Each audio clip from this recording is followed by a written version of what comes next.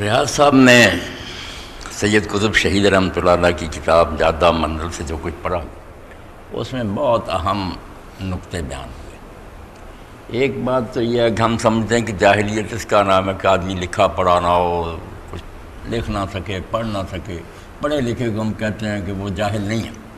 انہوں نے سمجھایا کہ قرآن کی اصطلاح میں جاہلیت اسلام کے علاوہ ہر شے، یونیورسٹیوں سے فارغ ہو، پی ایچ ڈی ہو، بہت بڑا دانشور ہو، آسمانوں پر اڑ رہا ہو، اگر وہ اللہ کے دین کو نہیں سمجھتا اور اس کے مطابق نہیں چلتا تو ایسے سارے جو ہے نا ازم اور فلسفے اور دانش سب کو اللہ جاہلیت کہتا۔ افا حکم الجاہلیت یبغون، اللہ نے جو دین اتارا علم اور حکمت صرف وہ دانائی، وہ باقی سب پاگل ہیں۔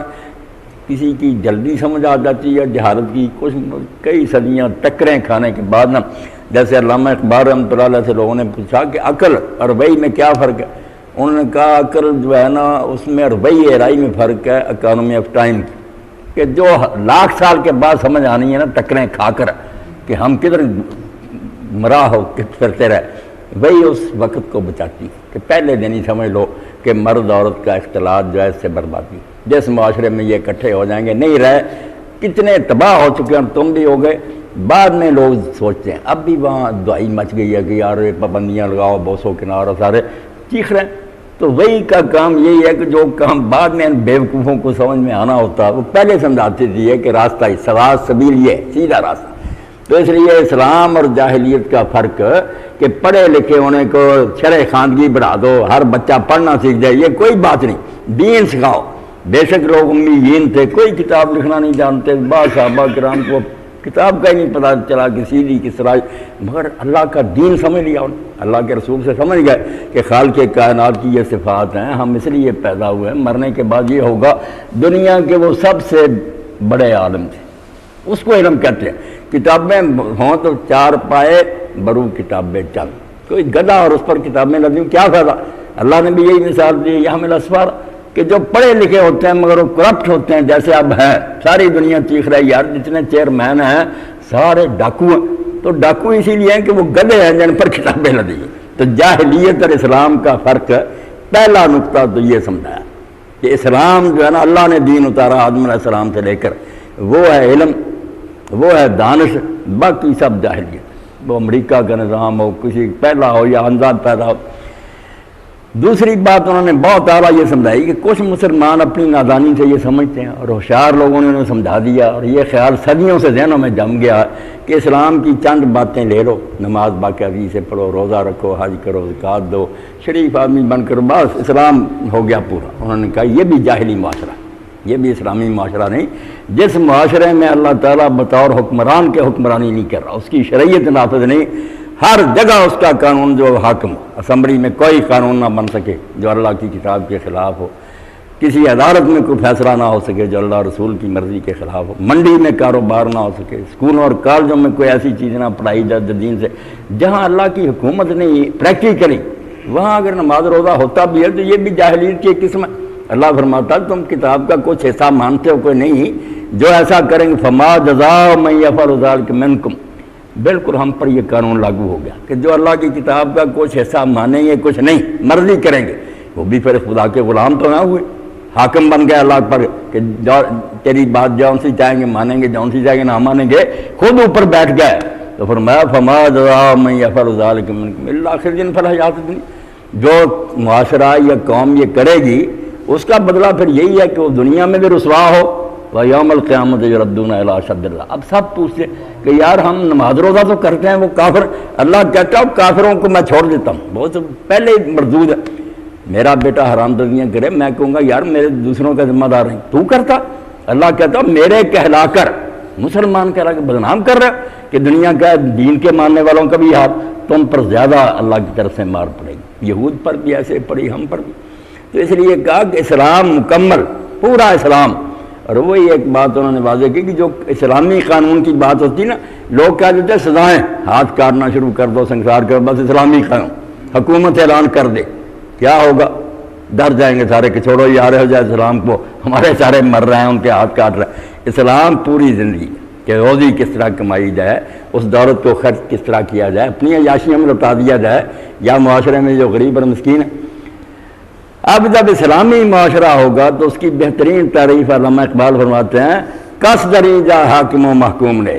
پہلی بات سید کو وہاں کوئی حاکم نہیں ہوتا, سب غلام ہی ہوتے ہیں, اللہ حاکم ہوتا, اور سب سے بڑا غلام صدر مملکت ہوتا, امیر المومنین سب سے بڑھ کر غلام ہوتا, اس نے اللہ کا حکم سب سے بڑھ کر ماننا ہوتا.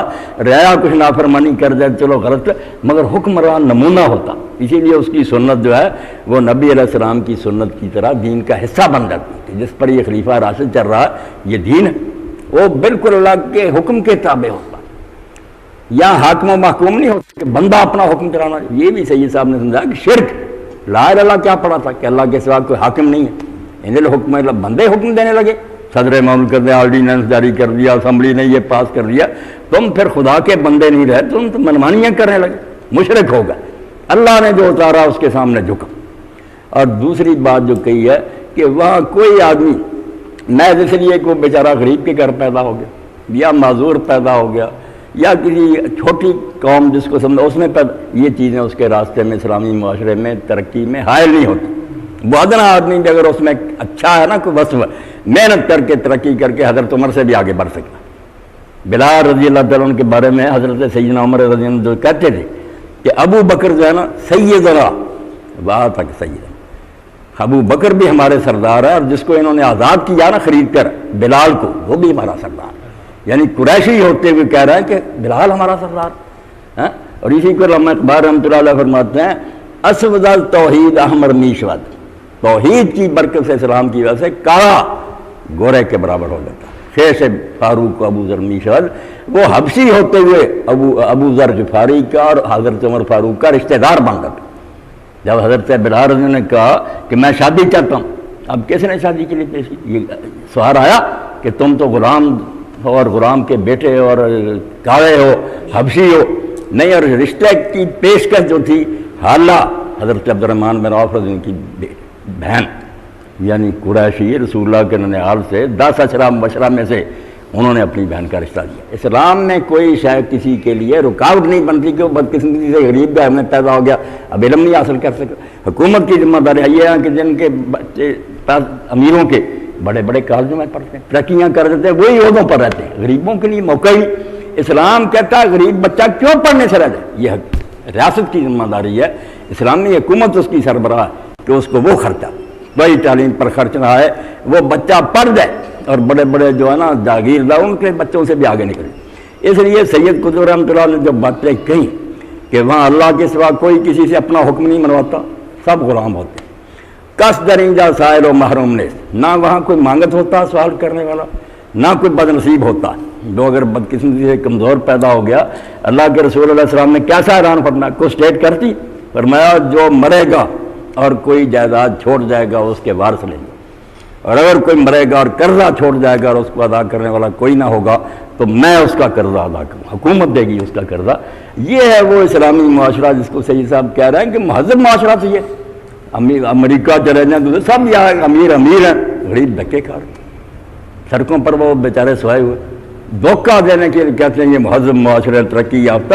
ترقی اسلام میں یہاں کوئی کسی پر حاکم نہیں ہوتا, کوئی کسی کو بھوکا نہیں مار سکتا, بلکہ حضرت ابو بکر صدیق رضی اللہ تعالیٰ عنہ سے حضرت عمر بھی کہتے تھے کہ ابھی بھی لوگ ہیں نا جو اسلام سے نکل گئے مرتد ہو گئے, کچھ لوگ دوبارہ بت پرست ہو گئے, کوئی نئے نبیوں کو ماننے لگے. چلو یہ جو زکوٰۃ نہیں دیتے, نماز تو پڑھتے ہیں, اسلام باقی کو میں اتنا چلو زکوٰۃ کو ابھی رہنے دے, دوسروں سے نپٹ لیں, مرتدوں سے اور جو نبیوں کی امتیں جعلی مسلمہ وغیرہ کی واقعی حالات ایسے تھے.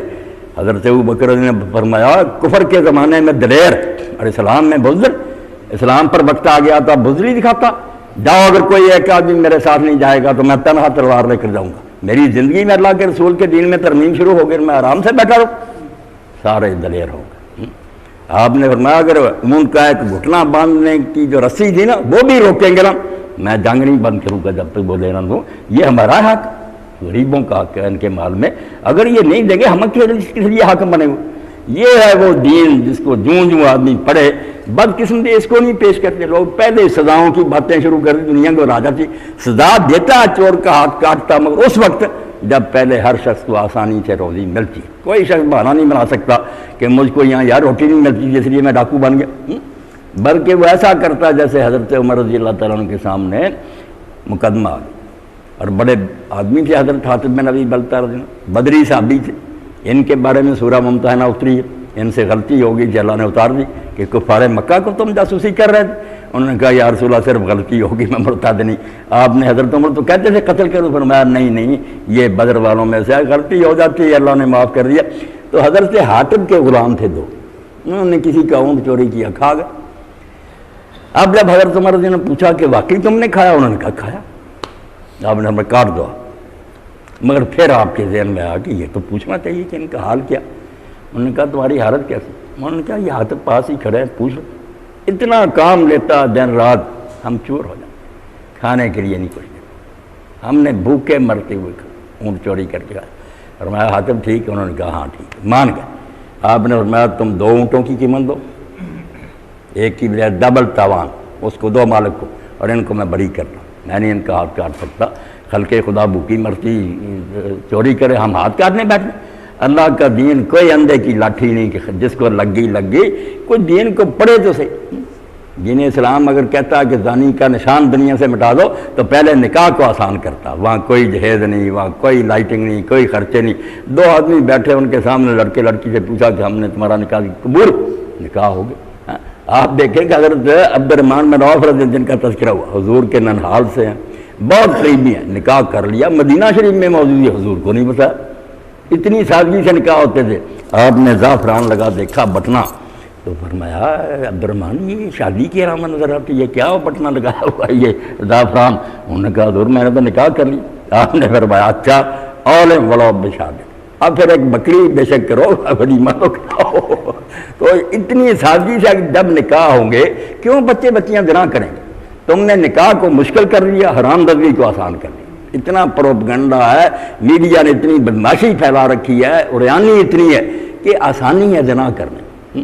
جہاں جی 4 قانون بنا دیے، کوئی اس کے خلاف پرچہ نہیں دے سکتا، جو دے گا اس کی شامت ہے، اور جو نکاح اس کو مشکل بنا دے. تو دین جو ہے نا اس کو جو، اسی لیے سید صاحب نے کہا یہ نہیں کہنا چاہیے کہ اسلام بھی مہذب معاشرہ ہے، یہ کہو کہ اسلامی معاشرہ ہی صرف مہذب معاشرہ ہے، باقی سب جاہلی معاشرے ان کا رنگ روگن دیکھنے سے دھوکہ کھا جاؤ گے.